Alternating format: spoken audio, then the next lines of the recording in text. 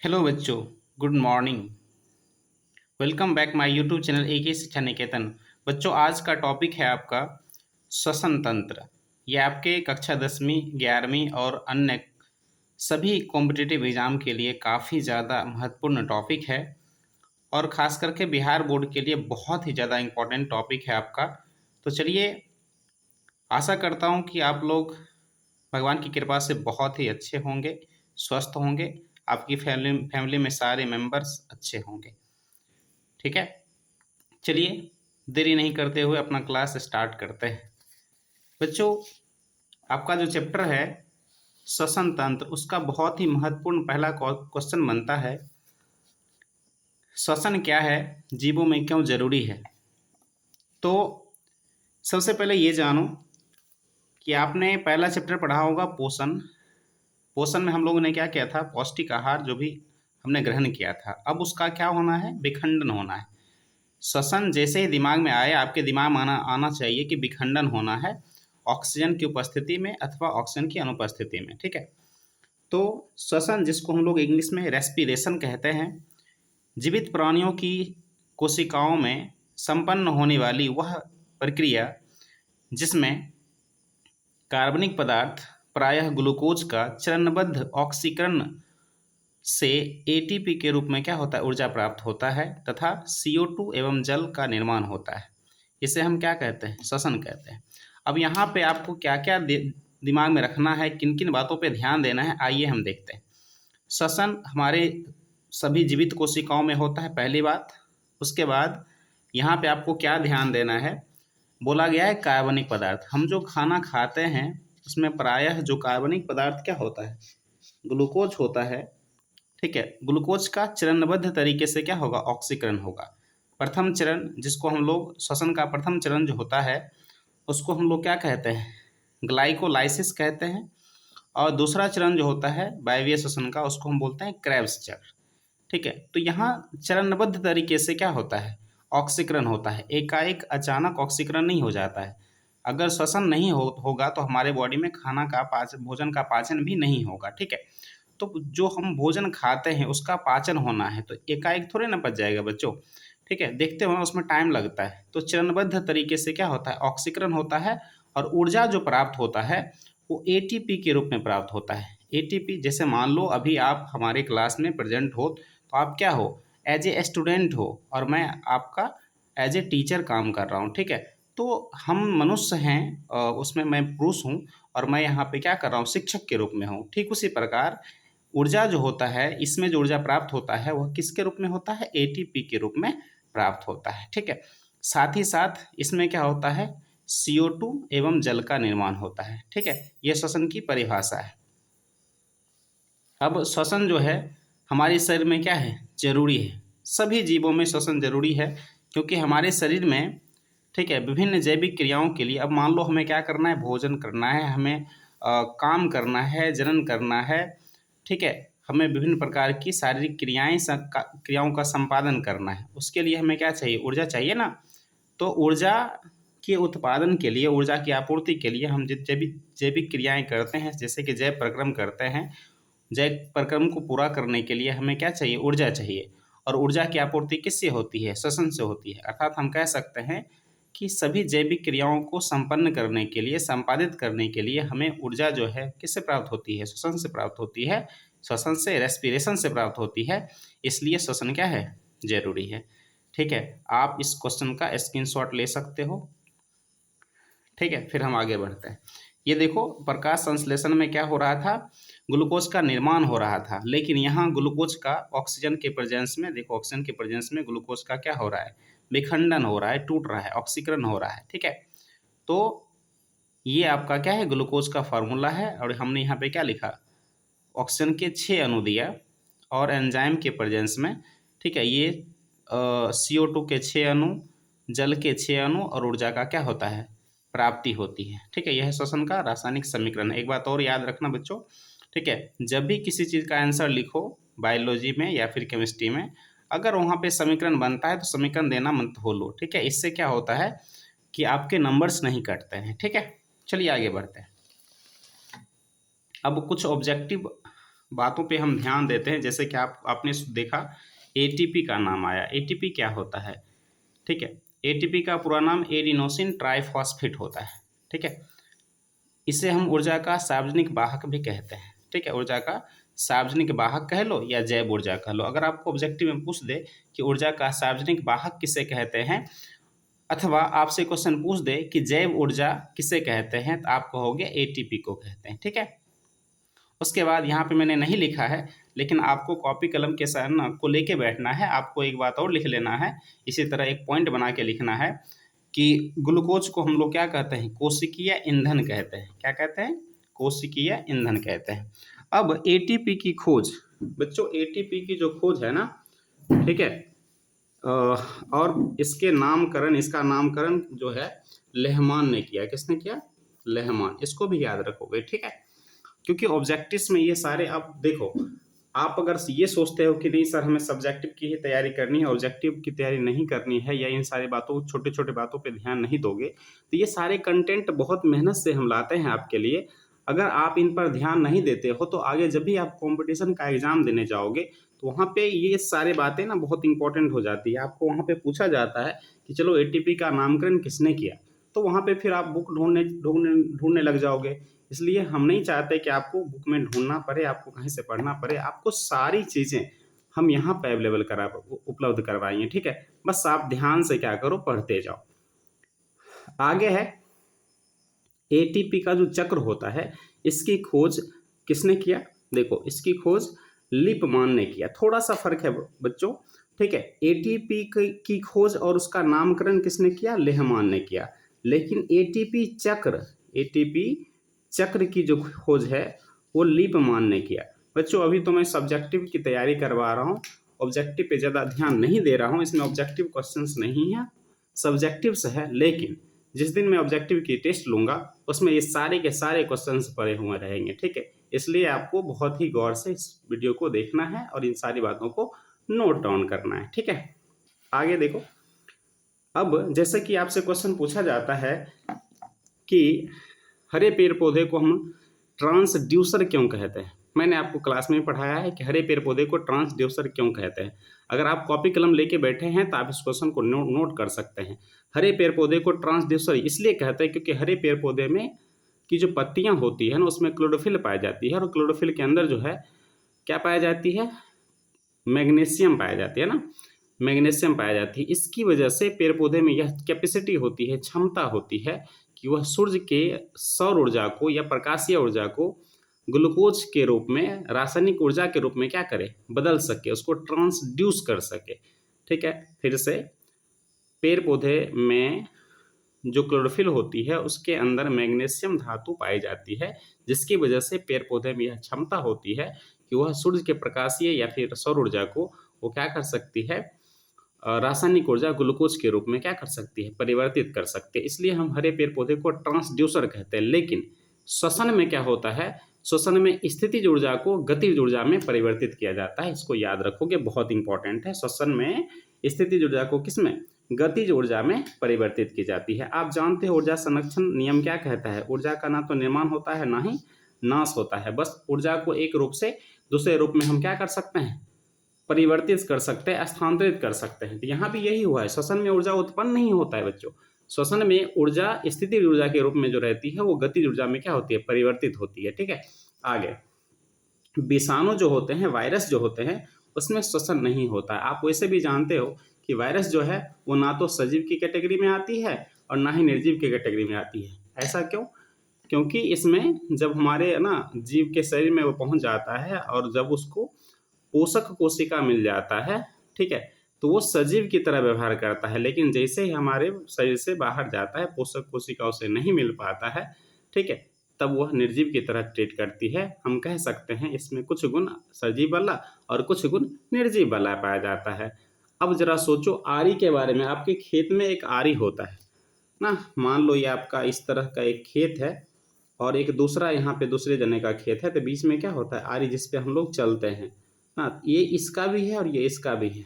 तो इस तरह से अगर समझ लो इधर सजीव है और इधर निर्जीव है, तो ये जो है ना बीच की कड़ी है। कौन सा? वायरस जो है बीच की कड़ी है। तो आप कह सकते हो सजीव और निर्जीव के की संयोजक करी कौन सा है? वायरस है। ये शायद हम आपको बायोलॉजी के, ठीक है, 12th में और 10th में भी आता है, संयोजक करी के बारे में पढ़ना होता है। वहाँ पे आप पढ़ोगे कि वायरस जो है वह सजीव और निर्जीव के की संयोजक करी है। ठीक है, आगे बढ़ते हैं। अब मानव में श्वसन की जो दर होती है ना, वह 12 से 15 मिनट बार होती है 1 मिनट में। ठीक है, 1 मिनट में 12 से 15 बार हम लोग क्या करते हैं? सांस लेते हैं। ठीक है, मनुष्य का हृदय 1 मिनट में 72 बार धड़कता है। ये भी ऑब्जेक्टिव क्वेश्चन है, इसको याद रखोगे। ठीक है, अब विभिन्न, जैसे बच्चों में ये बढ़ जाता है। ठीक है, और ये चेंज हो सकता है कि परमानेंटली फिक्स नहीं है कि इतना ही होगा या चेंज होगा। ठीक है, ये सब हम अगले क्लास में हम आपको बताएंगे। फिलहाल आप सब्जेक्टिव पे ध्यान दो। ठीक है, आपको मैंने ये क्वेश्चन करवाया कि श्वसन क्या है, क्यों जरूरी है। यहाँ पे इंपॉर्टेंट क्वेश्चन ये था आपका, तो श्वसन का आंसर ये है। ठीक है, पहला क्वेश्चन का आप इसका स्क्रीनशॉट लो, इसको तैयार कर लेना। ठीक है बच्चों, आपका दूसरा क्वेश्चन है ऑक्सी श्वसन और कार्बो ऑक्सी हीमोग्लोबिन और कार्बोक्सी हीमोग्लोबिन में क्या अंतर है। चलो पहले तो हम हीमोग्लोबिन की चर्चा कर लेते हैं। ठीक है बच्चों, हमारा जो ब्लड होता है ना, वो हीमोग्लोबिन प्रोटीन की वजह से क्या होता है? लाल होता है। मनुष्य का रक्त लाल क्यों होता है पूछा जाए तो हीमोग्लोबिन की उपस्थिति के कारण।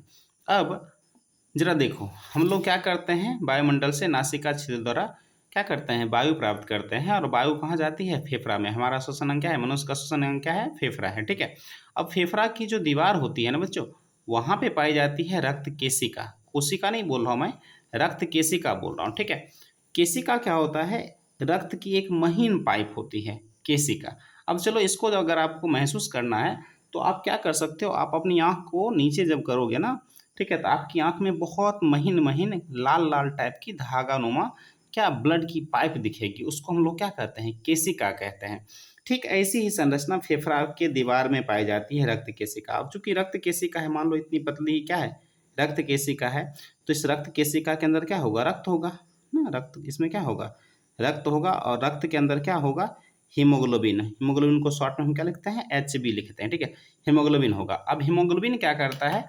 हीमोग्लोबिन को हम श्वसन रंजक कहते हैं, मतलब श्वसन में बहुत ही महत्वपूर्ण भूमिका जो है वो कौन निभाती है? हीमोग्लोबिन निभाती है।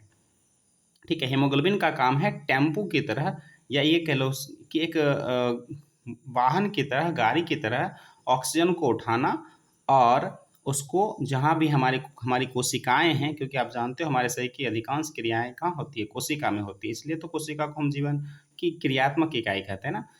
कोशिका में सारी क्रियाएं होती है, तो श्वसन भी कहाँ होगी? कोशिका में होगी। ऑक्सीजन की डिमांड, ऑक्सीजन की जरूरत कहाँ है? कोशिका में। तो कोशिका तक पहुंचाने का काम कौन करेगा?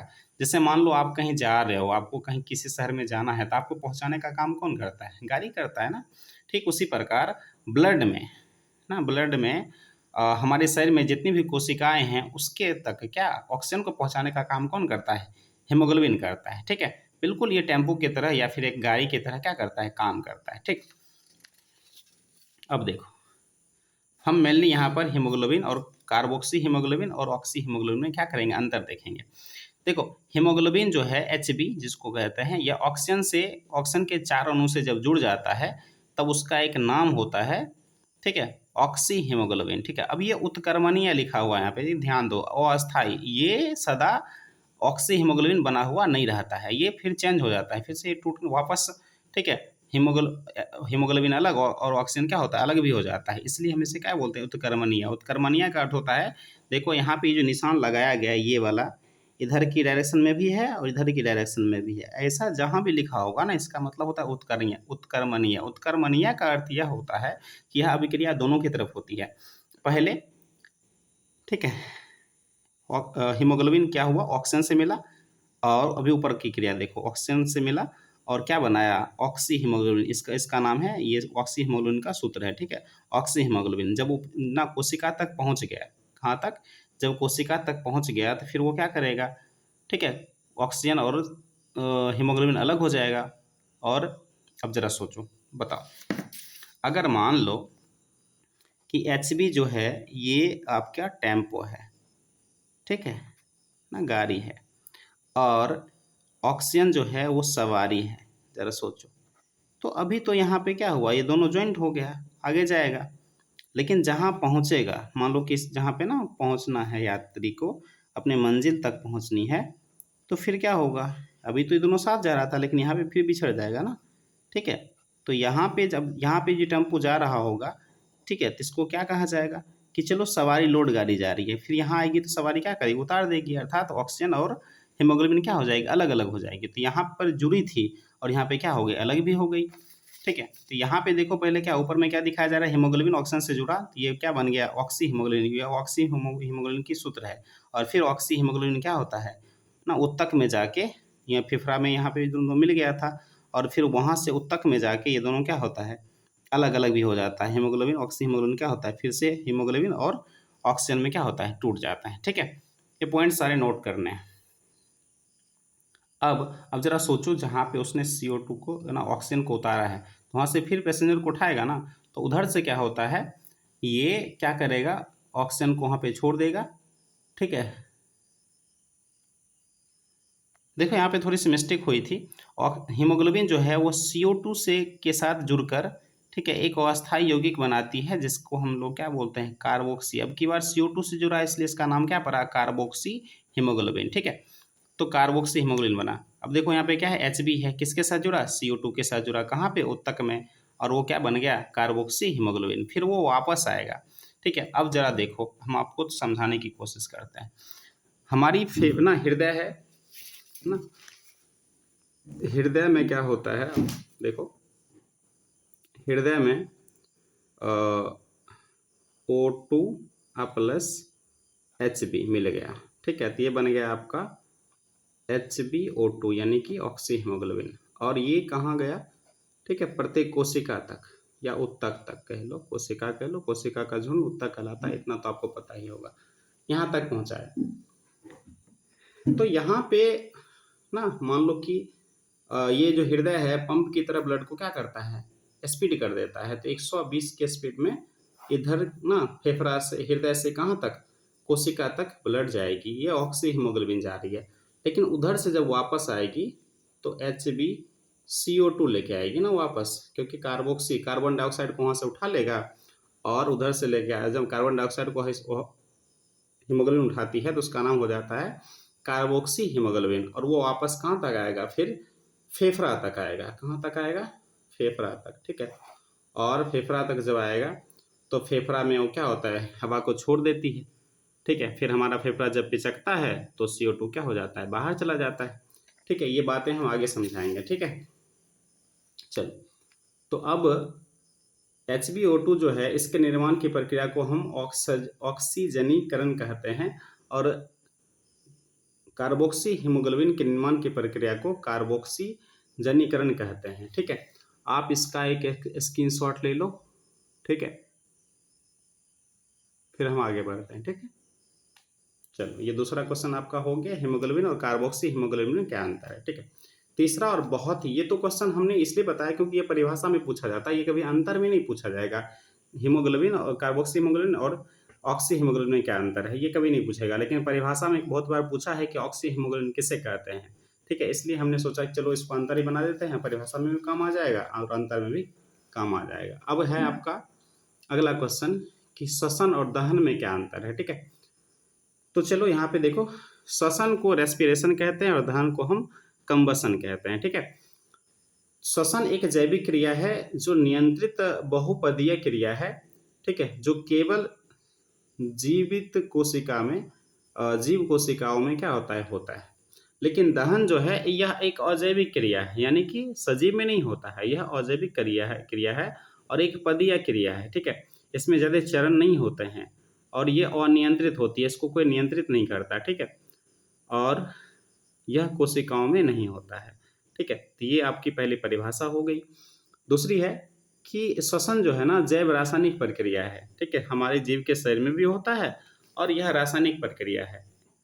रासायनिक प्रक्रिया समझते हो ना? एक बार अगर, ठीक है, श्वसन ग्लूकोज का क्या हो गया, ग्लूकोज टूट गया, उसका ऑक्सीकरण हो गया, तो फिर से हम ग्लूकोज नहीं बना सकते, ठीक है, उन सारे कंपाउंड से। लेकिन भौतिक प्रक्रिया, दहन क्या है? एक भौतिक घटना है। अब मैं समझाता हूँ, जरा सोचो। मोमबत्ती है, मोमबत्ती का आप क्या करते हो? दहन करते हो। तो फिर उससे हम मोम प्राप्त कर सकते हैं ना। तो दहन जो है, ठीक है। अच्छा, इसमें इम्पोर्टेंट बात ये बोला गया, यह भौतिक और रासायनिक दोनों घटना है। फिलहाल बच्चों आप अंतर पे ध्यान दो, अंतर लिख लेना, ठीक है। हम बोर्ड पे जब भी पढ़ाएंगे ना इस क्वेश्चन को, तो हम काफ़ी डिटेल्स में हम समझाएंगे बाय फिगर, ठीक है। फिलहाल आप इसका अंतर, ठीक है, नोट कर लो, आप इसको याद कर लेना। ऊर्जा की ऊर्जा की मुक्ति कार्मिक और कई पदों में होता है। अच्छा, श्वसन में ऊर्जा मुक्त होता है, आप इतना तो जानते हो, श्वसन को हम ऊष्माक्षेपीय अभिक्रिया कहते हैं, क्योंकि श्वसन की प्रक्रिया में ऊर्जा का उत्पादन अर्थात ऊर्जा मुक्त होती है, ठीक है। किस रूप में? एटीपी के रूप में मुक्त होती है, इसलिए श्वसन को हम लोग ऊष्माक्षेपीय अभिक्रिया कहते हैं। आप जानते हो, तो श्वसन में जो ऊष्मा ऊर्जा का जो उत्पादन होता है, ये थोड़े ना है कि एकाएक हो जाता है, एक ही चरण में हो जाता है, नहीं, ये कई चरणों में होता है और क्रमबद्ध होता है, चरणबद्ध होता है, या एकाएक नहीं होता है। लेकिन दहन में क्या है, ऊर्जा की मुक्ति अचानक हो जाती है। जैसे कोई चीज़ जला और तुरंत क्या हो गया, ऊर्जा। दहन का मतलब क्या हुआ? जलना। किसी भी चीज़ को आप जला रहे हो तो वो क्या है? दहन है, ठीक है। तो दहन में तो तुरंत ऊर्जा में ना, अचानक ऊर्जा में मुक्त हो जाती है और एक ही पद में हो जाती है, लेकिन श्वसन में कई चरणों में होती है। एक ना, पहला चरण जो होता है श्वसन का, उसको हम लोग ग्लाइकोलाइसिस कहते हैं। दूसरा जो चरण होता है कोशिका का, उसको हम लोग क्रेब्स चक्र बोलते हैं। तो श्वसन तो क्रम के अनुसार होता है, चरणबद्ध तरीके से होता है, बहुपदीय होता है। लेकिन दहन एक पदीय होता है और यह अचानक इसमें ऊर्जा उत्पन्न हो जाती है, मुक्त हो जाती है, ठीक है। आगे बोला, श्वसन में जो ऊर्जा होती है वो एटीपी के रूप में संश्लेषित होती है, लेकिन दहन में एटीपी की थोड़ी ना चर्चा होनी है। दहन में, ठीक है, ऊर्जा जो है एटीपी के रूप में संश्लेषित नहीं होती है। श्वसन में लगभग 50% ऊर्जा संचित हो जाती है, लेकिन दहन में ऊर्जा संचित नहीं होती है, ठीक है। तो ये आपका था श्वसन और दहन में अंतर, ठीक है। आप इसका एक स्क्रीनशॉट लो और अपना आंसर तैयार कर लेना, ठीक है। हाँ, तो मेरे प्यारे बच्चों, हम बढ़ते हैं अगले क्वेश्चन की ओर। क्वेश्चन नंबर 4 देखिए, कहता है श्वसन और श्वासोच्छ्वास में क्या अंतर है। श्वासोच्छ्वास को श्वास क्रिया भी बोला जाता है, ठीक है। इसको हम लोग श्वास क्रिया भी कहते हैं, इसको नोट करना, कभी ना कंफ्यूज मत होना। श्वासोच्छ्वास को श्वास क्रिया भी कहते हैं। अच्छा, श्वास क्रिया से याद है, हम ना सोचते हैं कि ये क्यों हिंदी में इतना उलझन ना पालना। सबसे अच्छा है कि ब्रीदिंग याद कर लो, हाँ, ब्रीथिंग, ठीक है। श्वसन को रेस्पिरेशन कहते हैं और श्वासोच्छ्वास को हम क्या बोलते हैं? ब्रीथिंग कहते हैं, ठीक है। इस तरह से ये याद कर लो, इंग्लिश नाम याद करोगे तो कन्फ्यूजन होगा ही नहीं, ठीक है। अब देखो, ये क्वेश्चन कई बार एग्जाम में पूछा गया है और बहुत ही ज़्यादा इंपॉर्टेंट माना जाता है आपके बिहार बोर्ड में भी, और जो भी बोर्ड का आप एग्ज़ाम देते हो, हर एग्ज़ाम के लिए काफ़ी ज़्यादा इंपॉर्टेंट हो जाता है, ठीक है। और नॉलेज के लिए तो इम्पोर्टेंट है ही, ठीक है। अब कहता है, श्वसन जो है यह कोशिकाओं के भीतर की प्रक्रिया है। श्वसन कहाँ होती है? कोशिकाओं के भीतर की प्रक्रिया है। लेकिन श्वासोच्छ्वास जो है यह कोशिकाओं के बाहर की प्रक्रिया है। अब श्वासोच्छ्वास होता क्या है, उस बात को थोड़ा समझने की। श्वसन तो आप जानते हो फेफड़ा से संपादित होता है और यह कोशिका के अंदर होता है, लेकिन श्वासोच्छ्वास जो है इसको क्या कहते हैं? अरे, आप जो हवा को अंदर ग्रहण कर रहे हो, ठीक है, ऑक्सीजन को आप ले रहे हो और फिर ना CO2 को क्या कर रहे हो? छोड़ रहे हो। इस प्रक्रिया को हम लोग क्या कहते हैं? देखो, फेफड़ा तक क्या हुआ? ऑक्सीजन पहुंच गया, ठीक है। तो ये हो गया ना, ऑक्सीजन को ग्रहण करना, ना वायु को ग्रहण करना। और फिर जब आप ना नासिका छिद्र से वायु को छोड़ते हो तो ये हो गया आपका वायु का निष्कासन, ठीक है।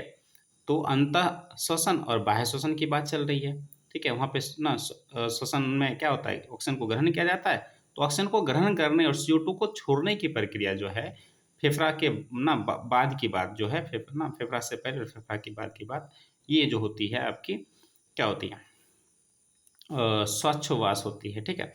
अब श्वसन में क्या होता है? एंजाइम की जरूरत होती है, क्योंकि कोशिका के अंदर की क्रियाएं हैं एंजाइम की सहायता से संपादित होती है। लेकिन श्वासोच्छ्वास, इसमें तो सिर्फ ऑक्सीजन को ग्रहण करना है और CO2 को छोड़ना है, इसमें किसी एंजाइम की कोई जरूरत नहीं होती है, ठीक है। अब श्वसन में क्या होता है? अरे, श्वसन तो ऊर्जा उत्पन्न करने की ही प्रक्रिया है, लेकिन श्वासोच्छ्वास में क्या करना है? अरे, O2 को ग्रहण करनी है और CO2 को छोड़नी है। तो ये O2 को ग्रहण करने और छोड़ने में ऊर्जा का थोड़ी ना उत्पन्न होता है, ऊर्जा का कोई उत्पादन नहीं होता है, ठीक है। अब जो है श्वसन जो है जैव रासायनिक क्रिया है, हम कई बार इस बात की चर्चा कर चुके हैं, जिसमें ग्लूकोज का क्या होता है? ऑक्सीकरण होता है, और ग्लूकोज का ऑक्सीकरण हुआ तो उसके फलस्वरूप क्या होता है? CO2 और ऊर्जा उत्पन्न होता है। लेकिन श्वासोच्छ्वास में यह केवल एक भौतिक प्रक्रिया है जिसमें CO2 को ग्रहण करना है और O2 को क्या करना है? CO2 को छोड़ना, O2 को ग्रहण करना है, ऑक्सीजन को, और CO2 को क्या करना है, छोड़ देना है, बाहर निकाल देना है। तो ये एक भौतिक प्रक्रिया है, ठीक है। तो ये आपका क्वेश्चन था, क्वेश्चन नंबर 3 था, जो था आपका श्वासोच्छ्वास और श्वसन में अंतर, ठीक है। तो आप इसमें कम से कम ना 4 पॉइंट याद कर लोगे, ठीक है। और इसका अच्छे से नोट तैयार कर लेना, कॉपी कलम लेके बैठो, नोट तैयार कर लेना, और फिर ठीक है, जब भी आपका एग्ज़ाम होगा, बिहार बोर्ड अब एग्ज़ाम ज़्यादा दिन नहीं बचा है बच्चों, ठीक है। देखते ही देखते ये समय बीत जाएगा, ठीक है। बहुत ही जल्द समय बीत जाता है, एग्ज़ाम के वक्त बहुत प्रेशर होता है। अभी से ही ना तैयारी अच्छे से करते जाओ, किसी भी क्वेश्चन को स्किप नहीं करना है, क्वेश्चन को छोड़ना नहीं है। एग्ज़ाम में अच्छे ढंग से तैयारी करके जाएंगे, और क्वेश्चन ना सेटर को कहेंगे भाई तुम डालो क्वेश्चन, जो डालोगे हम क्वेश्चन को सॉल्व करके आएंगे, बिल्कुल डरना नहीं है। जब तैयारी आपकी अच्छी होगी ना, तो एग्ज़ाम से डर नहीं लगेगा, लेकिन तैयारी अगर कमज़ोर है तो एग्ज़ाम से डर लगना ही लगना है। तो हम क्यों तैयारी का ना कम करें, हम अच्छे से तैयारी कर लेंगे। ये क्वेश्चन कई बार एग्ज़ाम में पूछा गया है, ठीक है। बहुत बहुत बहुत ज़्यादा इंपॉर्टेंट है। हमने जो भी इंपॉर्टेंट ना, बहुत सारे सेशन में क्वेश्चन हैं, बहुत ही सारे हैं, लेकिन हम उन सारे क्वेश्चन को ही हम उठाए हैं जो आपके एग्ज़ाम में बहुत ज़्यादा पूछे जाते हैं और काफ़ी ज़्यादा इंपॉर्टेंट भी होता है, ठीक है। अब है किण्वन क्या है, यह कहाँ होता है। तो किण्वन एक अवायवीय श्वसन है, या अनॉक्सिक श्वसन भी हम कहते हैं ना, जानते हो ना अवायवीय श्वसन को, ठीक है, जिसमें ग्लूकोज का, ठीक है, आंशिक ऑक्सीकरण होता है, पूर्णतः ऑक्सीकरण। अब जानते हो अवायवीय श्वसन और वायवीय श्वसन में जब हम अगला ना स्लाइड पे अंतर करवाएंगे, तो अवायवीय श्वसन में क्या होता है, ग्लूकोज का आंशिक ऑक्सीकरण होता है, और इसके फलस्वरूप क्या बन जाता है, एथेनॉल बन जाता है, CO2 और ATP 2 ATP ऊर्जा बनता है, ठीक है। तो इसको हम लोग क्या बोलते हैं, किण्वन कहते हैं, ठीक है। किण्वन कहाँ होती है, अगर आपसे पूछा जाए तो कहोगे ईस्ट में होती है। किस एंजाइम की सहायता से होती है, जाइमेज की एंजाइम की सहायता से होती है, और ये आपका क्या है, ग्लूकोज है। ग्लूकोज किसमें टूटा, C2H5OH, आप जानते हो ना, ये एथेनॉल का सूत्र है, ठीक है। या इस जिसका कॉमन नाम इथाइल अल्कोहल भी होता है, आप ये भी जानते हो, ये आपका एथेनॉल है। हमने नाम नहीं लिखा क्योंकि आप 10th में हो, और ये चैप्टर आपके कार्बन उनके यौगिक चैप्टर में इसका नामकरण है, इसलिए हम इसका यहाँ पे नीचे नाम नहीं लिखे, इतना तो आपको पता ही होगा, ठीक है। और ये CO2 है, और यहाँ पे चूंकि अवायवीय श्वसन है, अवायवीय श्वसन में कितना ATP ऊर्जा बनता है, 2 ATP बनता है। तो यहाँ पे भी मैंने क्या लिखा है, 2 ATP लिखा है। यह क्रिया कहाँ होती है, इष्ट और अन्य सूक्ष्म जीवधारियों में भी होती है, ठीक है। तो आप इसका क्या करें, एक स्क्रीनशॉट लें, फिर हम अगले क्वेश्चन पर चलते हैं, ठीक है। हाँ, तो मेरे प्यारे बच्चों, हम आगे अगले स्लाइड पे बढ़ते हैं। अगर आप हमारे यूट्यूब चैनल पे बच्चों नए हैं, तो हमारे यूट्यूब चैनल AK शिक्षा निकेतन को आप सब्सक्राइब कर लें और बेल आइकन को दबा लें, और ऐसे ही इम्पोर्टेंट हैंड रिटेन नोट्स, हाथ से लिखी हुई नोट्स अगर आपको प्राप्त करनी है, तो हमारे चैनल को सब्सक्राइब कर लें। और अगले हम ना 2 से 3 दिन के अंदर हम इसका जो PDF है वो अपलोड कर देंगे आपके डिस्क्रिप्शन में, और साथ ही साथ आपको टेलीग्राम का एक लिंक दे देंगे, वहाँ से आप क्या करोगे, ठीक है, उस ना टेलीग्राम लिंक पे चले जाना, और वहाँ से आप ना जितना भी हम नोट अपलोड करेंगे वो सब आपको प्राप्त होते जाएगा, ठीक है। चलिए हम आगे बढ़ते हैं। अच्छा, एक बात है, किण्वन जो है इसका एग्जाम्पल है, जैसे जूट या सन जो है ना, सोन जो होता है ना, वो सड़ जाता है। क्यों सड़ जाता है, तो उसमें ना उसका किण्वन हो जाता है। तंबाकू या चाय के पत्तियों का पकना किण्वन का एग्जाम्पल है, उदाहरण है। मांसपेशी मांस सड़ जाता है, ये भी क्या है, किण्वन है। पाव रोटी का फूलना या डबल रोटी, पाव रोटी जो भी है ना, केक वगैरह का फूलना, ये सब क्या है, किण्वन का उदाहरण है। जौ से बियर बनता है, ये भी किण्वन है। फलों के रस से शराब बनाया जाता है, ये भी किण्वन का उदाहरण है, ठीक है। ये सारी चीज़ें अच्छे से आप ना स्क्रीनशॉट लेके रख लो, नोट बना लेना, ठीक है। चलो अगले स्लाइड पे बढ़ते हैं। अगला और काफ़ी ज़्यादा इंपॉर्टेंट क्वेश्चन नंबर 6 है, देखो। लगातार दौड़ने से हमारे मांसपेशियों में ऐंठन या थकान, जिसको हम लोग इंग्लिश में क्रैम्प कहते हैं, वो महसूस क्यों होता है, ठीक है। अब देखो, अवायवीय श्वसन का उदाहरण एक किण्वन भी था, और ये भी अवायवीय श्वसन का ही उदाहरण है। तो हम जब लगातार दौड़ते हैं ना बच्चों, ठीक है, तो हमारे शरीर को जितना मात्रा में, अच्छा एक बात बताओ, हम जब दौड़ते हैं तो हमारे हाथ को, हमारे पूरे बॉडी को काम मिल जाता है, और काम मिल जाता है तो काम करने की क्षमता को हम लोग क्या कहते हैं, ऊर्जा कहते हैं, इतना तो पता होगा। कार्य करने की क्षमता को हम लोग क्या कहते हैं, ऊर्जा। लेकिन कार्य करने की क्षमता कहाँ से आएगी, ऊर्जा रहेगी तब ना आएगी। और ऊर्जा उत्पादन के लिए क्या जरूरी है, आप जानते हो ना, ऊर्जा उत्पन्न होने का मतलब है श्वसन होना। अब श्वसन की क्रिया के लिए क्या जरूरी है, ऑक्सीजन जरूरी है ना। खाना जो हम खा रखे हैं वो टूटेगा ना ऑक्सीजन की उपस्थिति में टूटेगा। तो खाना जो भोजन है उसका ऑक्सीजन की उपस्थिति में टूटना क्या कहलाता है? ऑक्सीजन की उपस्थिति में टूटना ऑक्सीकरण कहलाता है। अब जरा सोचो, ऑक्सीजन चाहिए ना भोजन के कणों को तोड़ने के लिए, उसका ऑक्सीकरण करने के लिए, ताकि ऊर्जा उत्पन्न हो। अब जरा सोचो, हमें दौड़ रहे हैं, हमको ऊर्जा चाहिए, और ऊर्जा अगर हमें मिले ही ना तो फिर क्या होगा? ठीक है, फिर यही होगा, ऑक्सीजन की अनुपस्थिति में जितना हमें ऑक्सीजन चाहिए उतना ऑक्सीजन नहीं मिल पाता है, और वो जो ग्लूकोज है, जो ना ग्लूकोज का पूर्ण ऑक्सीकरण होना था, वो पूर्ण ऑक्सीकरण उसका नहीं होता है, और उसका आंशिक ऑक्सीकरण हो जाता है, और हमारे बॉडी में एक ना कार्बनिक पदार्थ बन जाता है, लैक्टिक अम्ल जम जाता है। अब लैक्टिक अम्ल के जमने के कारण ही क्या होता है? थकान महसूस होता है। फिर जैसे ही हम लोग क्या करते हैं, किसी से जतवाते हैं, खुनवाते हैं, या मुक्की मरवाते हैं, या मालिश करवाते हैं, तो फिर से वो क्या होता है, लैक्टिक अम्ल जहाँ पे जमा होता है ना मांसपेशी में, वहाँ से वो फैल जाता है, फिर हम लोग को रिलैक्स या आराम महसूस होता है। ठीक है, अब देखो यहाँ पे रासायनिक समीकरण मैंने लिखा है इसका। ठीक है, हम जब भी किसी क्वेश्चन को करवाते हैं तो लैंग्वेज के साथ हम रासायनिक समीकरण जरूर देते हैं बच्चों। ठीक है, तो ये देखो ग्लूकोज है, इसको क्या हुआ, ग्लूकोज का फॉर्मूला ये है, ऑक्सीजन की देखो यहाँ पे प्लस ऑक्सीजन नहीं लिखा ना मैंने, प्लस 6O2 मैंने नहीं लिखा है, इसका मतलब हम यहाँ पे ऑक्सीजन नहीं दे रहे हैं, ऑक्सीजन यहाँ पे नहीं है ना, इसको ऑक्सीजन की अनुपस्थिति में कार्य हो रही है। ठीक है, तो ये बन गया लैक्टिक अम्ल। ठीक है, लैक्टिक अम्ल का सूत्र क्या होता है? C3H6O3। और ठीक है, फिर से ये अवायवीय श्वसन है, तो कितना एटीपी बनेगा? अवायवीय श्वसन में एटीपी 2 एटीपी बनता है, और वायवीय श्वसन में 36 से 38 एटीपी बनता है। इसको भी याद रखना, ऑब्जेक्टिव में बहुत ही ज़्यादा पूछा जाता है। ठीक है, तो आपने क्या समझा? लगातार जब हम काम करते हैं या दौड़ते हैं तो हमारी ना बॉडी में या हमारी मांसपेशी में जितना ऑक्सीजन की ज़रूरत होती है, जितना ऊर्जा की ज़रूरत होती है, उतना ऊर्जा उत्पन्न करने के लिए हमें ऑक्सीजन की भी तो ज़रूरत होगी। लेकिन अगर हमें पर्याप्त मात्रा में ऑक्सीजन नहीं मिल पाता है तो ग्लूकोज का ऑक्सीकरण पूरी तरह से नहीं हो पाता है, और वो आंशिक रूप से ऑक्सीकरण होता है, और आंशिक रूप से ऑक्सीकरण होता है ग्लूकोज का, तो वो बन जाता है लैक्टिक अम्ल। और जहाँ भी लैक्टिक अम्ल हमारे बॉडी में बन गया, ठीक है, वहाँ पे वो क्या करता है? क्रैम्प या थकावट महसूस करता है, बहुत घाव की तरह क्या होता है? दर्द करता है। और जैसे ही ठीक है हम आराम करते हैं अथवा मालिश वालिश करवाते हैं तो फिर से लैक्टिक अम्ल फैल जाता है और हमें आराम महसूस होता है। ठीक है, ये आपका है इस प्रक्रिया का रासायनिक समीकरण। ठीक है, तो आप इसका क्या करो बच्चों, एक पहले इसका ना यहाँ से स्क्रीनशॉट लो, क्वेश्चन है आपका। ठीक है, और ये ले लो, ठीक, यहाँ तक। ठीक, आगे बढ़ते हैं। अब आपका काफ़ी ज़्यादा इंपॉर्टेंट क्वेश्चन आ रहा है कि प्रकाश संश्लेषण और श्वसन में क्या अंतर है। ये क्वेश्चन नंबर आपका 7वां होगा बच्चों। ठीक है, प्रकाश संश्लेषण और श्वसन में क्या अंतर है, ये काफ़ी ज़्यादा इंपॉर्टेंट है। अब देखो, प्रकाश संश्लेषण ही प्रक्रिया हुआ है और श्वसन की प्रक्रिया द्वारा ही हमारे वायुमंडल में गैसों का संतुलन बना हुआ है।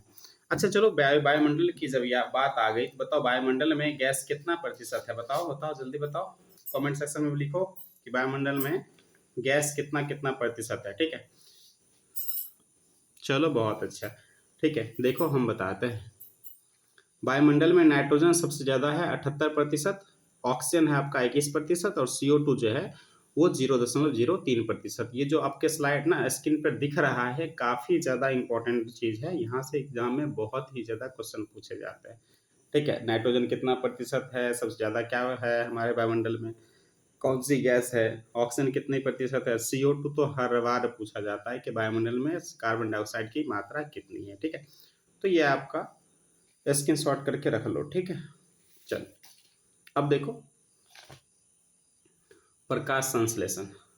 प्रकाश संश्लेषण यह जो है केवल प्रकाश संश्लेषी कोशिकाओं में होता है, मतलब प्रकाश संश्लेषण प्रकाश की उपस्थिति में ही हो सकता है और प्रकाश के द्वारा ही उत्तेजित भी होता है। लेकिन श्वसन जो है यह सभी कोशिकाओं में होता है और चौबीसों घंटे हो सकता है। ठीक है, प्रकाश संश्लेषण सिर्फ और सिर्फ सूर्य के प्रकाश के प्रेजेंस में हो सकता है।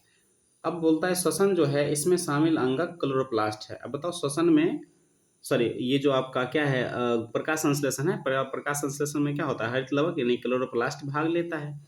ठीक है, लेकिन श्वसन में, ठीक है, क्या होता है, कोशिका द्रव और माइटोकॉन्ड्रिया क्या करता है, भाग लेता है। यहाँ पे साइटोसॉल लिखा गया है।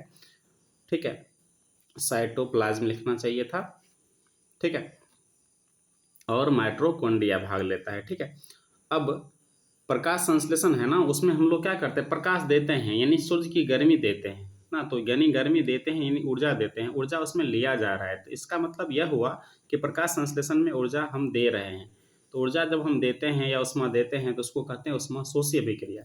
लेकिन श्वसन में आप जानते हैं ऊर्जा का उत्पादन होता है, ठीक है, और श्वसन से ऊष्मा भी उत्पन्न होता है। हम आगे समझाएंगे, बहुत ही अच्छे ढंग से हम समझाएंगे आपको कि श्वसन में क्या होता है, ऊर्जा उत्पन्न होती है, ऊष्मा भी उत्पन्न होती है।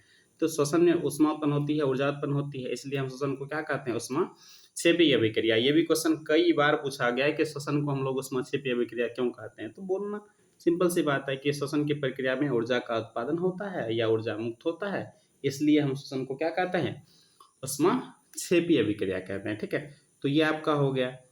और अगला आपका पांचवा जो पॉइंट कहता है कि प्रकाश संश्लेषण में क्या होता है, CO2, पेड़ पौधे क्या करते हैं, CO2 वायुमंडल से ग्रहण करते हैं, और वायुमंडल में CO2 कितना होता है, 0.03% होता है, और वह O2 क्या करता है, छोड़ देता है, ठीक है। उसके बाद श्वसन में क्या होता है, हम लोग O2 लेते हैं और CO2 क्या करते हैं, छोड़ते हैं ना, ठीक है। ये चलते रहता है प्रकृति में, हम लेते हैं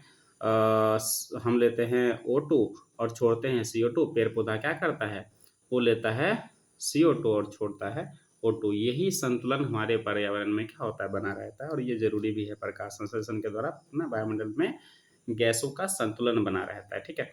आगे है, प्रकाश संश्लेषण केवल दिन में हो सकता है, लेकिन श्वसन की प्रक्रिया दिन और रात दोनों में होती है, ठीक है। बच्चों आप इसका क्या करो, आप देखो यहाँ से आपका ना पूरे विजिबल दिख रहा है, आप क्या करो, इसका एक स्क्रीनशॉट ले लो, प्रकाश संश्लेषण और श्वसन में क्या अंतर है इसका, ठीक है। मेरे प्यारे बच्चों, आप जानते हो आपसे आपकी फैमिली की, आपके मम्मी पापा की बहुत सारी उम्मीदें हैं ना, वो आप काम करते रहते हैं, आपको पढ़ने के लिए भेजते हैं ताकि आपका भविष्य उज्जवल हो, आपका भविष्य अच्छा हो, आप अच्छा नंबर ला के उनको दो, उनको काफ़ी ज़्यादा खुशी मिलेगी। आप पढ़ाई में बिल्कुल मायूसी, कंजूसी नहीं कर सकते हो। अगर ऐसा करते हो ना, तो एक बार मम्मी पापा की वो उम्मीदें देख लेना जो वो आपसे लगा के रखे हुए हैं कि हमारा बच्चा जो है ना पढ़ लिख कर बहुत अच्छा करेगा। ज़रा सोच उस दिन के लिए पढ़ाई करो जिस दिन आप कहोगे पापा मैं फर्स्ट आ गया, पापा मेरा नंबर इतना आ गया, और गर्व से उनका सीना क्या हो जाएगा, चौड़ा हो जाएगा, ठीक है। और वह मिठाई लेके घर घर बांटेंगे और कहेंगे मेरा बेटा, मेरी बेटी, ठीक है, फर्स्ट हो गया है। उसी की खुशी में हम क्या कर रहे हैं, मिठाई खिला रहे हैं। तो उस दिन के लिए पढ़ो, ठीक है। बिल्कुल मायूस नहीं होना है, अच्छे ढंग से मेहनत करना है, और हम आपके साथ खड़े हैं। एक से एक अच्छा से अच्छा क्वेश्चन और अच्छा सा कंटेंट हम आपको ला के देंगे, ठीक है। बस आपको क्या करनी है, हमारे साथ बने रहना है और तैयारी करते जाना है, ठीक है। बच्चों अधिकतर क्वेश्चन जो मैंने उठाया है वो एनसीईआरटी का है, जो बार बार एग्जाम में पूछा जाता है, और इस क्वेश्चन को करने से डबल फायदा है कि आपका ऑब्जेक्टिव भी अच्छे से हो जाएगा, एनसीईआरटी का क्वेश्चन एग्जाम में पूछा भी ज़्यादा जाता है, ठीक है। चलो आगे बढ़ते हैं। क्वेश्चन नंबर 8वां आपका है, कहता है मनुष्य में O2 और CO2 का परिवहन कैसे होता है। पहली बात तो आप ये देख लो, हम श्वसन का किरण आरेख दिखा देते हैं, ठीक है। हमारे वायुमंडल की बात करते हैं पहले। वायुमंडल में हम लोग क्या, अच्छा हम लोग वायुमंडल में रहते हैं, वायुमंडल की में जो घुला हुआ गैस है हम उसी को ग्रहण करते हैं। ऐसा थोड़ी ना कि हम लोग छांट के सिर्फ ऑक्सीजन को ग्रहण कर लेते हैं, नहीं, हम लोग नासिका छिद्र द्वारा ना वायु में जो घुला हुआ सारी गैस को हम ग्रहण करते हैं, ठीक है। इस बात को देखो, वायुमंडल में, अब वायुमंडल में कौन कौन सी गैस है, अंतः श्वसन का मतलब क्या हुआ, जब हम लेते हैं तो कौन कौन सी गैस लेते हैं, हम लेते हैं नाइट्रोजन 78% लेते हैं, ऑक्सीजन 21% लेते हैं, और कार्बन डाइऑक्साइड 0.03%, मतलब जितना वायुमंडल में है उसको हम लोग क्या करते हैं, ग्रहण कर लेते हैं, ठीक है। इसी मात्रा में हम लोग क्या करते हैं, ग्रहण करते हैं, शुद्ध शुद्ध हम ऑक्सीजन ग्रहण नहीं करते हैं, इस बात का भी ख्याल रहे, ठीक है। अब देखो, हमने नासिका द्वारा क्या किया, ये सब ग्रहण किया, ठीक है, और ये कहाँ गया, श्वसन मार्ग में गया। श्वसन मार्ग के बाद वो कहाँ चला जाएगा, फेफड़ा में चला जाएगा, ठीक है। और फेफड़ा में जब जाएगा तो फेफड़ा में हमने बताया कि रक्त केशिका पाया जाता है, क्या पाया जाता है, रक्त केशिका। और रक्त केशिका में क्या होगा, रक्त, और रक्त के अंदर क्या है, ठीक है, आपका हीमोग्लोबिन है। हीमोग्लोबिन क्या किया, यहाँ पे Hb से मिलन होगा, और Hb क्या करेगा, उस ऑक्सीजन को, ठीक है, कोशिका तक पहुँचाया। ऑक्सीजन की उपस्थिति में कोशिका में क्या होता है, ना भोजन का ऑक्सीकरण होता है। भोजन का ऑक्सीकरण का मतलब क्या हुआ? ग्लूकोज का ऑक्सीकरण होता है, ठीक है। और फिर ग्लूकोज का ऑक्सीकरण होगा तो क्या मिलेगा? CO2 और ऊर्जा मिलेगा, साथ ही साथ जल भी मिलता है ना। अब वायवीय श्वसन की मैंने बात किया है, वायवीय श्वसन को मैंने दिखाया है। CO2 ऊर्जा और जल प्राप्त होती है, ठीक है। अब यहाँ तो जल प्राप्त हो गई ये सब। अब ये जो CO2 है यह फिर शरीर से बाहर भी तो निकाला जाएगा ना, ठीक है। तो CO2 फिर से क्या होगा? वापस रक्त में जाएगा, ठीक है। कौन लेके जाएगा? आपको पता है, हम पिछले स्लाइड पे हमने बताए, इसको हीमोग्लोबिन लेके जाएगा, ठीक है। वापस लेके आएगा, रक्त तक लेके आया। रक्त फिर कहाँ गया? फेफड़ा में गया, ठीक है। फेफड़ा में आ गया। फिर फेफड़ा में क्या होता है? जैसे ही हमारा फेफड़ा पिचकता है, चिपकता है, डायफ्राम ऊपर की ओर जाती है, तो फिर वो जो वायु है ना उस पे दबाव बढ़ जाता है और वह रास्ता ना ढूंढने लगता है। रास्ता कहाँ मिलता है? नासिका छिद्र के द्वारा बाहर मिलता है। तो ये वायुमंडल में फिर से उन गैसों को क्या किया जाता है? छोड़ दिया जाता है। अब देखो ये गैस लिया गया था और इसमें कौन सी गैस कितनी मात्रा में थी? वो थी। और यहाँ पे है वायुमंडल में जो गैस छोड़ी जा रही है उसमें कितनी मात्रा है? सब कुछ ना नाइट्रोजन की मात्रा सेम है बच्चों, लेकिन ऑक्सीजन की मात्रा जो हम ले रहे थे उसमें 21% है, लेकिन यहाँ पे हम जो छोड़ रहे हैं उसमें ऑक्सीजन की मात्रा 17% है। CO2 जो हम ले रहे थे वो 0.03% थी, लेकिन हम जब छोड़ रहे हैं नासिका छिद्र से, ठीक है, तो इसमें जो है कितना है? 4% CO2 है। ये बहुत इंपॉर्टेंट है, इसका स्क्रीनशॉट जरूर रखना, ठीक है। क्योंकि ये एग्जाम में बहुत ज़्यादा पूछा जाता है कि हम अगर वायु से ना निःश्वसन करते हैं, जब वायु से ना छोड़ते हैं नासिका छिद्र द्वारा ना वायु को, तो फिर उसमें निकलने वाली गैस में ऑक्सीजन की मात्रा कितनी होती है? ये आपको ऑब्जेक्टिव में पूछी जा सकती है, ठीक है। अब इसका एक स्क्रीनशॉट लो। इसका कर लो यहाँ से, ठीक, ये हो गया। आगे देखो, अब है आपका O2 का परिवहन कैसे होता है। हमने यहाँ पे बकायदा लैंग्वेज भी लिखा है, ठीक है। अब देखो, वायुमंडल से नासिका छिद्र द्वारा, ठीक है, ग्रहण वायु जो होता है वो फेफड़ा की दीवार में उपस्थित रक्त केशिका में पहुंचता है, जहां Hb मतलब हीमोग्लोबिन के साथ अभिक्रिया करके HbO2 यानी ऑक्सी हीमोग्लोबिन बनाती है, ठीक है। तथा प्रत्येक कोशिका तक O2 को क्या करती है? पहुंचा देती है। ये समीकरण है, ठीक है। हीमोग्लोबिन मिला ऑक्सीजन से तो क्या बना?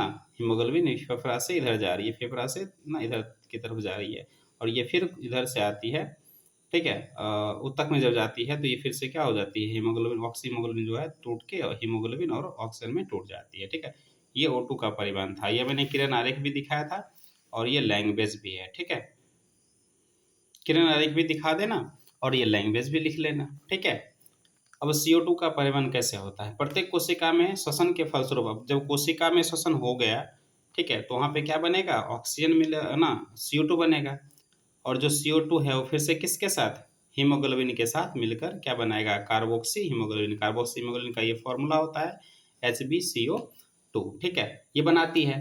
तथा सिरा के माध्यम से ना, सिरा एक होता है धमनी और एक होता है सिरा ना, कार्बन डाइऑक्साइड से जो युक्त, मतलब वैसा रक्त जिसमें कार्बन डाइऑक्साइड पाया जाता है उसको हम क्या बोलते हैं?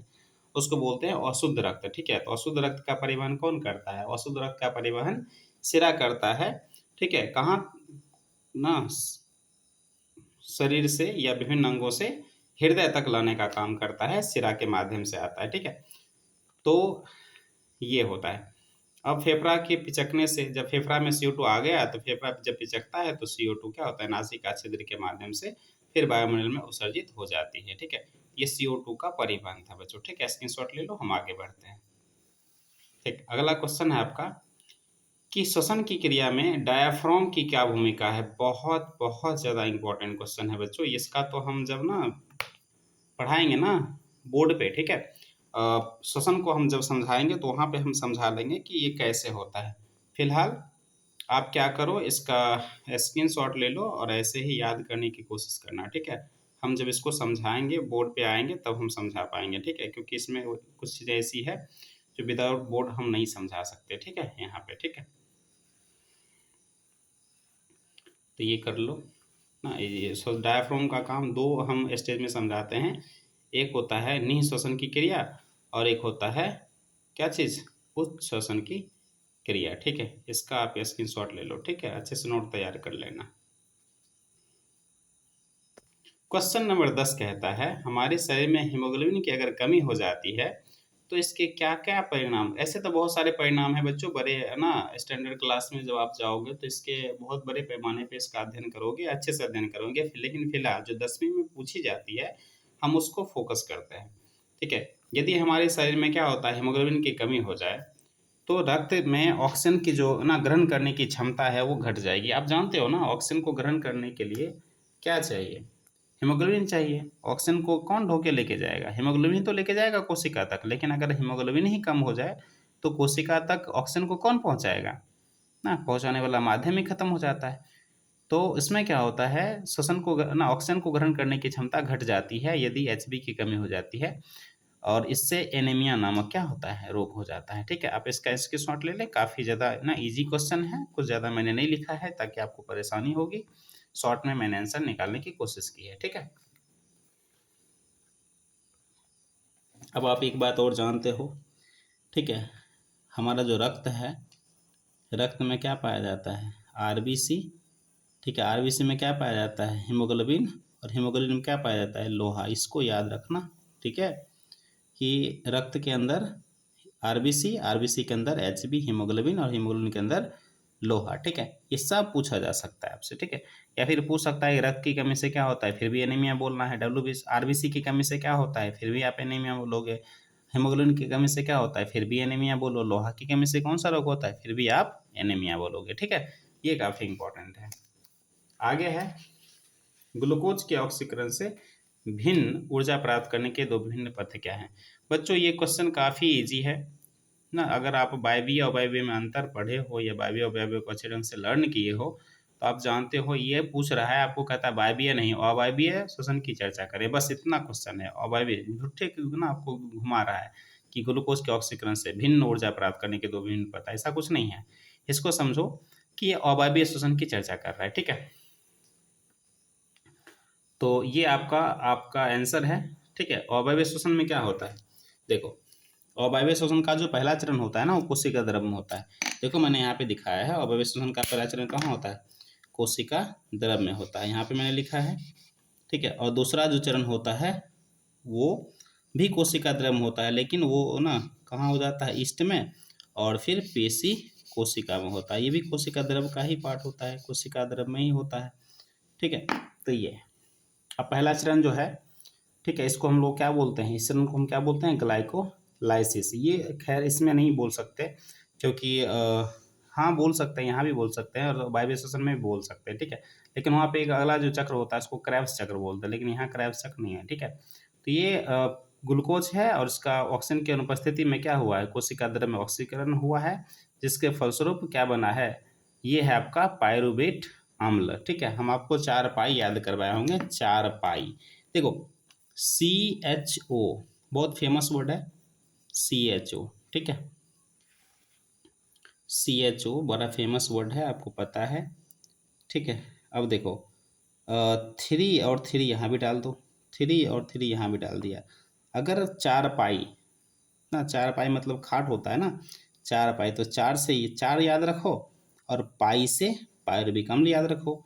तो पायरुविक अम्ल में क्या होता है, 4 हाइड्रोजन होता है, लेकिन लैक्टिक अम्ल में क्या होता है, 6 हाइड्रोजन होता है। बस यही फर्क है लैक्टिक अम्ल के फार्मूला में और पायरुविक अम्ल के फार्मूला में, ठीक है। तो ये पायरुविक अम्ल प्लस क्या बना, ऊर्जा। पहला चरण में पायरुविक अम्ल प्लस ऊर्जा बना। आप तो पता है ना, श्वसन एक ऐसी प्रक्रिया है जो एक चरण में नहीं होती है, इसको विभिन्न चरणों से गुजरना पड़ता है, बहुपदीय प्रक्रिया है, ठीक है। अब ये लैक्टिक अम्ल ऊर्जा बना। अब ये लैक्टिक अम्ल और ऊर्जा जो है, इष्ट कोशिका में ऑक्सीजन की अनुपस्थिति में एक बार एथेनॉल बन जाता है, ये पहला रास्ता है, और ये दूसरा रास्ता है, ठीक है। एथेनॉल बन जाता है, CO2 बन जाता है, और 2 ATP ऊर्जा बन जाता है, ये प्रथम रास्ता है। और ये देखो पेशी कोशिका में ऑक्सीजन की अनुपस्थिति में क्या होता है, अरे भाई ऊर्जा बनता है, 2 ATP ही बनता है, कम मात्रा में ऊर्जा बनता है, लेकिन बनता तो है। और यहाँ ये क्या बना है, लैक्टिक अम्ल बना है। इस प्रक्रिया को हम किण्वन कहते हैं, और इस प्रक्रिया में हमारे शरीर में मांसपेशियों में क्या होता है, क्रैम्प महसूस होता है, क्योंकि ये क्या बना है, लैक्टिक अम्ल। ये किसका फार्मूला है, लैक्टिक अम्ल का फार्मूला है, ठीक है। बच्चों 12वां क्वेश्चन जो है आपका, श्वसन कोशमाक्षेपीय अभिक्रिया क्या क्यों कहते हैं। मुझे लगता है ये क्वेश्चन मैंने इस वीडियो में भी बार बार इस क्वेश्चन का मैंने जिक्र किया है, तो इसको याद करना कोई डिफिकल्ट नहीं होगा।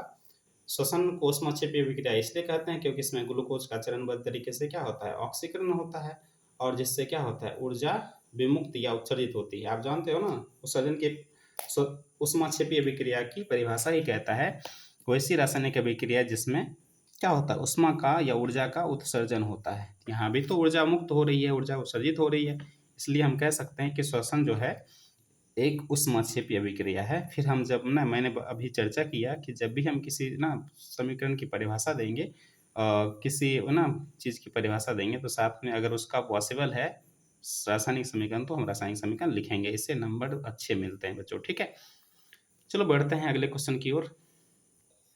क्वेश्चन नंबर 13 कहता है ग्लाइकोलाइसिस और क्रेब्स चक्र में क्या अंतर है। बच्चों कभी कभी ये क्वेश्चन आपको 11th में काफ़ी इंपॉर्टेंट हो जाएगा, और 10th में भी पूछा जाता है कि ग्लाइकोलाइसिस क्या है। यहाँ से बहुत सारे ऑब्जेक्टिव क्वेश्चंस बनते हैं बच्चों। ठीक है, आपको नहीं पूछा जाएगा कि ग्लाइकोलाइसिस और क्रेब्स चक्र में क्या अंतर है, लेकिन हाँ, यहाँ से ऑब्जेक्टिव बहुत ही ज़्यादा आपको परेशान करता है, इसलिए इस क्वेश्चन को गौर से देखें। ठीक है, अब क्वेश्चन पूछ रहा है ग्लाइकोलाइसिस, तो ग्लाइकोलाइसिस कुछ नहीं है, हमने बताया है ना, जो श्वसन है ना उसका पहला चरण क्या कहलाता है, ग्लाइकोलाइसिस कहलाता है। पहला चरण जो होता है ना, हमेशा चाहे वो वायवीय का हो या अवायवीय का हो, ठीक है, ये ऑक्सीजन की अनुपस्थिति में होता है, और इस चरण को हम लोग क्या बोलते हैं, ग्लाइकोलाइसिस कहते हैं। तो आपको पूछा जाएगा कि ग्लाइकोलाइसिस कहाँ होता है, तो ग्लाइकोलाइसिस जो होता है ना बच्चों, ठीक है, ये कोशिका द्रव में होता है। कहाँ होता है, कोशिका द्रव में। क्या ऑक्सीजन की उपस्थिति में होती है, नहीं बच्चों, ये ऑक्सीजन की उपस्थिति में नहीं होती है। ठीक है, ये है ना, इसमें पायरुवेट के 2 अणु बनते हैं। ठीक है, ये है, इसको हम लोग ग्लाइकोलाइसिस कहते हैं। उसके बाद ये क्रेब्स चक्र जो है, ठीक है, यह जो कोशिका श्वसन है ना उसका दूसरा चरण है। ये प्रथम चरण था और ये दूसरा चरण है, और यह चरण कहाँ होता है, इंपॉर्टेंट भी आए क्वेश्चन, नहीं आने का कोई चांस ही नहीं है। क्रेब्स चक्र कहाँ होता है, तो आप कहोगे माइटोकॉन्ड्रिया में होता है। ठीक है, यह श्वसन का दूसरा चरण है। ठीक है, और इसके अंत में, ठीक है, क्रेब्स के चक्र के अंत में क्या होता है, CO2 बनता है, जल बनता है और ऊर्जा मुक्त होती है। ठीक है, ये होगी आपकी क्रेब्स चक्र की परिभाषा। और ग्लाइकोलाइसिस, तो ग्लाइकोलाइसिस कहाँ होती है, कोशिका द्रव में, और क्रेब्स चक्र कहाँ होती है, माइटोकॉन्ड्रिया में। ठीक है, ये है।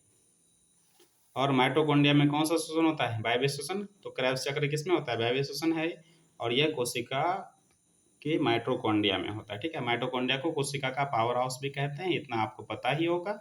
ठीक, आगे बढ़ते हैं। ये जो है आपका, इसका जो श्वसनीय क्रियाधार होता है ग्लूकोज होता है, लेकिन इसमें श्वसन क्रियाधार जो है वो एसिटल कोएंजाइम ए होता है। ठीक है, ये हो गया आपका। अब जो आपका ग्लाइकोलाइसिस, इसमें सिर्फ 2 ATP बनता है। ठीक है, अणु का उपयोग होता है, लेकिन इसमें ATP का उपयोग होता ही नहीं है। ठीक है, उसके बाद ग्लाइकोलाइसिस में यह क्रिया ऑक्सी तथा अनऑक्सी दोनों हो सकता है, बट ये जो क्रिया है वो केवल और केवल ऑक्सीश्वसन में है ना। क्रेब्स चक्र किसमें होता है, ऑक्सीश्वसन में होता है। ठीक है, अब ये चौथा आपका पासवा जो है, ठीक है, इसमें CO2 नहीं मुक्त होती है, लेकिन इसमें CO2 मुक्त होती है। ठीक है, तो ये आपका हमने क्या ग्लाइकोलाइसिस में क्या अंतर बताया, ग्लाइकोलाइसिस और क्रेब्स चक्र में अंतर। ठीक है, आज की क्लास का सबसे इम्पोर्टेंट क्वेश्चन जो एग्जाम में हर हाल में मैं इसकी गारंटी लेता हूँ एग्जाम में आएगा ही आएगा। ठीक है, और ये है आपका वायवीय और अवायवीय श्वसन में अंतर, ऑक्सी श्वसन और अनऑक्सी श्वसन में अंतर। तो वायवीय श्वसन जो होता है ऑक्सीजन की उपस्थिति में होता है, इसमें ग्लूकोज का पूर्ण ऑक्सीकरण होता है और इससे CO2 और जल बनता है, अत्यधिक मात्रा में ऊर्जा उत्पन्न होता है। इस प्रक्रिया को हम वायवीय श्वसन कहते हैं। और अवायवीय श्वसन होता है ऑक्सीजन की अनुपस्थिति में होता है। हाईलाइट करने वाला पॉइंट कौन कौन है, देखो, O2 की उपस्थिति हाईलाइट पॉइंट है, इंपॉर्टेंट पॉइंट है। O2 की यहाँ पे अनुपस्थिति होती है ना, यहाँ ग्लूकोज का पूर्ण ऑक्सीकरण हो जाता है, लेकिन इसमें ग्लूकोज का आंशिक ऑक्सीकरण होता है। ठीक है, इसमें CO2 जल और ऊर्जा बनता है। ठीक है, अत्यधिक मात्रा में ऊर्जा बनता है, लेकिन इसमें आंशिक ऑक्सीकरण से एथेनॉल बनता है, लैक्टिक अम्ल बनता है, और भी कार्बनिक यौगिक बनता है, CO2 का निर्माण होता है। इसमें कम मात्रा में ऊर्जा मुक्त होती है। ठीक है, ये था आपका पहला अंतर और परिभाषा साथ ही साथ। ठीक है, पहला अंतर भी और परिभाषा भी। अब दूसरा जो आपका है, पहले तो आप इसका दोनों का समीकरण लिख दें, काफ़ी ज़्यादा इंपॉर्टेंट है, हमने समीकरण की चर्चा कर दी है। ठीक है, यहाँ पर हमने नहीं लिखा है बट हमें लिखनी चाहिए। वायवीय श्वसन में ना ऊर्जा कितना बनता है वो बाबू, 36 से 38 ATP ऊर्जा बनता है। ठीक है, ये ऊर्जा बनता है। खैर आगे हम इस बात की चर्चा किए हैं और 2 ATP ऊर्जा इसमें बनता है। ठीक है, आगे देखो अगला पॉइंट जो है आपका दूसरा, ये ना इसका ग्लाइकोलाइसिस चरण जो होता है, यानी पहला चरण जो होता है जिसको ग्लाइकोलाइसिस चरण कहोगे, वो कहाँ होता है? कोशिका द्रव में होता है। और दूसरा जो क्रेब्स चक्र होता है, अभी हमने पढ़ाया था पिछले स्लाइड पे, यह कहाँ होता है? माइटोकॉन्ड्रिया में होता है। एक भी चीज़ स्किप करने वाली नहीं है, अगर आप स्किप करते हो तो एग्जाम में आपको देखना इसका खामियाजा भुगतना पड़ सकता है। ठीक है, इसलिए बिल्कुल स्किप मत करना, हर चीज़ों को सही से देखते जाना। अब ये जो अवयवी श्वसन है ना, इसका सिर्फ ग्लाइकोलाइसिस, केवल ग्लाइकोलाइसिस में होता है, और ये कहाँ होता है? कोशिका द्रव में होता है, या जीव द्रव कह सकते हो, उसमें होता है। ठीक है, उसके बाद इम्पॉर्टेंट बात कि इसमें ग्लूकोज का जो पूर्ण ऑक्सीकरण होता है, तो उसमें 1 प्रति ग्राम ना अणु से 673 किलो कैलोरी या फिर 2870 किलो जूल या 36 से 38 ATP ऊर्जा प्राप्त होता है। लेकिन इसमें सिर्फ 28 किलो कैलोरी ऊर्जा या 2 ATP ऊर्जा या फिर 150 से 210 ना किलो जूल ऊर्जा प्राप्त होता है। ठीक है, काफ़ी इंपॉर्टेंट पॉइंट्स है बच्चों आपका। ठीक है, इसमें लगभग ग्लूकोज का ना, इसमें ग्लूकोज का पूर्ण ऑक्सीकरण होता है जिससे CO2 जल और ऊर्जा प्राप्त होता है, लेकिन इसमें ग्लूकोज का आंशिक ऑक्सीकरण होता है जिससे एथेनॉल और लैक्टिक अम्ल और CO2 इत्यादि बनता है। ठीक है, तो ये आपका था वायवीय श्वसन और अवायवीय श्वसन में अंतर। बच्चों कुछ क्वेश्चंस अभी इसके रह रहे हैं, इसका अब चूंकि वीडियो लंबा बन चुका है तो हम उसको अगले पार्ट में करवाएंगे। कुछ क्वेश्चन 2 या 3 क्वेश्चन बचा हुआ है वो करवाएंगे, मनुष्य में श्वसन, मछली में श्वसन। उसके बाद एक आपका हम ऑब्जेक्टिव्स करवाएंगे। ठीक है, फिर जाके आपका ये चैप्टर कंप्लीट हो जाएगा। ठीक है, मिलते हैं बच्चों अगले वीडियो में। तब तक अपना ख्याल रखें, अपनों का ख्याल रखें, और तैयारी बिल्कुल अच्छे ढंग से करते जाना। इस बार हमें नंबर चाहिए, अच्छे से अच्छे नंबर से आप क्या करो, पास करो, ताकि हमें भी लगे कि हाँ हमारा बच्चा कुछ अच्छा किया है। ठीक है, चलो मिलते हैं अगले वीडियो में। Thank you for watching, thank you.